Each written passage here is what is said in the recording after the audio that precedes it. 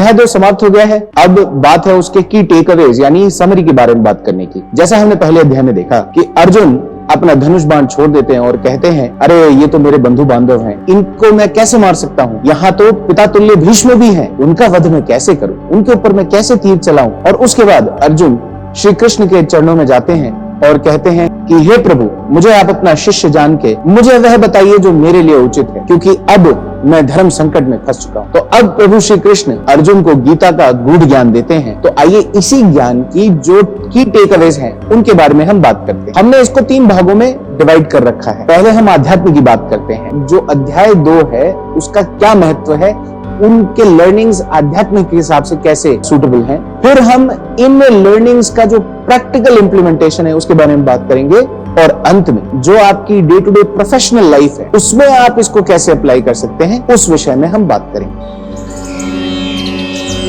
अब अर्जुन अपने बाण रख चुके हैं और प्रभु श्री कृष्ण कहते हैं कि हे अर्जुन, यह जो तुम समझ रहे हो कि तुम किसी को मार रहे हो, तुम केवल शरीर को मार रहे हो, आत्मा तो तब भी नहीं मर रही है, क्योंकि नैनम छिन्दन्ति शस्त्राणि नैनम दहति पावकः न चैनम क्लेदयन्तापो न सोष्यति मारुतः, कि यह आत्मा तो ऐसी है जो अजर अमर शाश्वत है, इसे न कोई हथियार काट सकता है, न पानी इसको गीला कर सकता है, न हवा इसको सुखा सकती है, और न ही अग्नि इसको जला सकती है। और ऐसा भी नहीं है कि मैं पहले नहीं था, तुम पहले नहीं थे, या ये राजा लोग नहीं थे। क्यों? क्योंकि आत्मा तो सदैव यही थी, अजर थी, अमर थी, केवल वो शरीर बदलती रही। कैसे?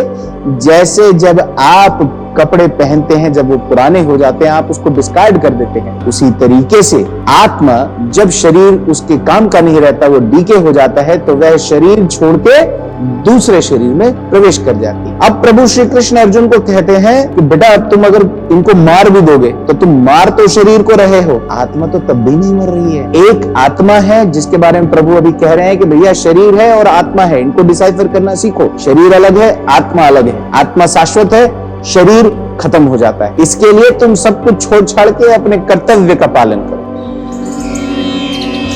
प्रभु श्री कृष्ण आगे के जो अध्याय हैं उसमें यह भी बताते हैं कि 2 तरीके के कर्म होते हैं, प्रवृत्ति और निवृत्ति। प्रवृत्ति का मतलब है वह कर्म जो आप करते हैं अपनी फिजिकल डिजायर्स यानी आसक्ति को सेटिस्फाई करने के लिए, जिसकी वजह से आप इस जीवन चक्र में ही फंसे रह जाते हैं। क्योंकि हमारा ध्येय क्या है? हमारा ऑब्जेक्टिव है कि आपको इस जन्म मरण के बंधन से बाहर निकलना है और वैकुंठ धाम की प्राप्ति करनी है। तो उसके लिए निवृत्ति करना बहुत जरूरी है, और निवृत्ति करने के लिए आपको क्या करना है? अपनी आसक्तियों से दूर जाना है। अभी आसक्तियां क्या? आसक्तियां कुछ नहीं बट आपका ये जो फिजिकल डिजायर है, आपका जो मैं है, उसको सेटिस्फाई करने के लिए जो आप काम करते हैं वही आसक्ति। और जब तक आप आसक्ति में फंसे रहेंगे तो 3 ताप, क्रोध, मोह, भय, इनसे हमेशा ग्रसित रहेंगे। आपको कुछ अचीव करना है और वह आपको नहीं मिलता है तो आपको दुख होता है, और यह दुख क्रोध के रूप में बदलता है, और आप कभी कभी भी इससे उबर नहीं पाते तब तक जब तक आप उस चीज के लिए अपना मोह नहीं त्याग देते। इसीलिए प्रभु श्री कृष्ण कहते हैं कर्मण्येवाधिकारस्ते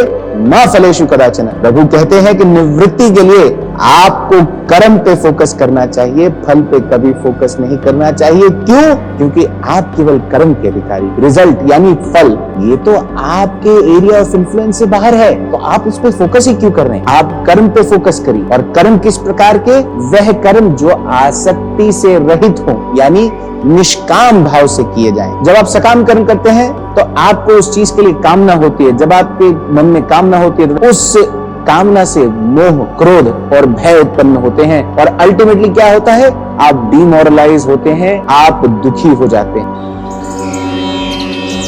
प्रभु यह भी कहते हैं कि जब आपके जीवन में दुख आए तो आपको करना क्या है? दुख में ज्यादा दुखी ना हो। जब आपके घर में जो कोई बड़े बुजुर्ग होते हैं जिनसे आप बहुत अटैच्ड होते हैं, अगर उनका देहांत हो जाता है तो हमें बहुत दुख होता है। यह दुख कुछ दिन के लिए चलता है एंड वी मूव ऑन। अब भैया पूरे साल आपने अच्छा काम किया, आपको इंसेंटिव मिला, बहुत खुशी हुई, पर यह खुशी भी क्षणिक है।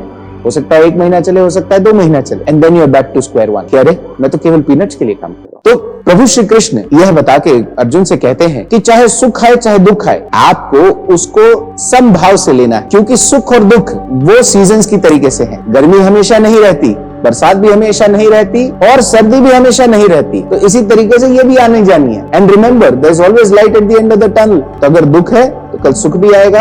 आज सुखी है तो कल दुखी भी हो सकते हैं। तो भाई न दुख में ज्यादा दुखी होना, न सुख में ज्यादा एक्साइटेड होना।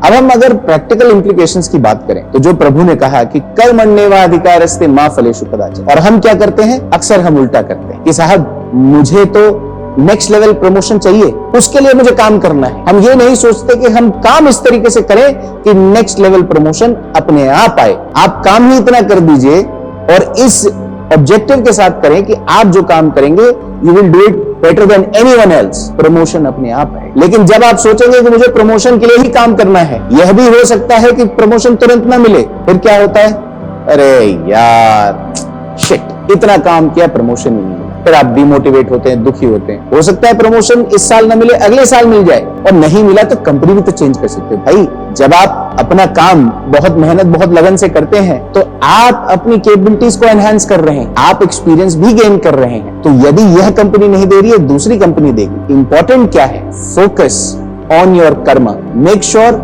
You perform your duties as well as no one else can, that will give you results. क्यों? क्योंकि रिजल्ट्स तो आपके हाथ में है ही नहीं भाई, आपके हाथ में केवल काम करना है। Results will follow as part of your work. तो ये था हमारा पर्सपेक्टिव गीता के दूसरे अध्याय के ऊपर। आपको हमारा ये पर्सपेक्टिव कैसा लगा हमें जरूर बताइएगा, और अभी तक अगर आपने हमारे चैनल को सब्सक्राइब नहीं किया है तो प्लीज सब्सक्राइब कीजिएगा। और अगर आपको हमारे चैनल में कोई इंप्रूवमेंट चाहिए तो उसे भी जरूर बताइए, या कोई टॉपिक जिसके ऊपर आप वीडियो देखना चाहते हैं, feel free to let us know. और हमारी वीडियो को लाइक और शेयर जरूर कीजिएगा, और सनातन से जुड़े और भी बहुत सारे टॉपिक के लिए प्राचीन संस्कृति चेकआउट करना न भूलें। जय जय श्री कृष्ण, जय जय श्री कृष्ण।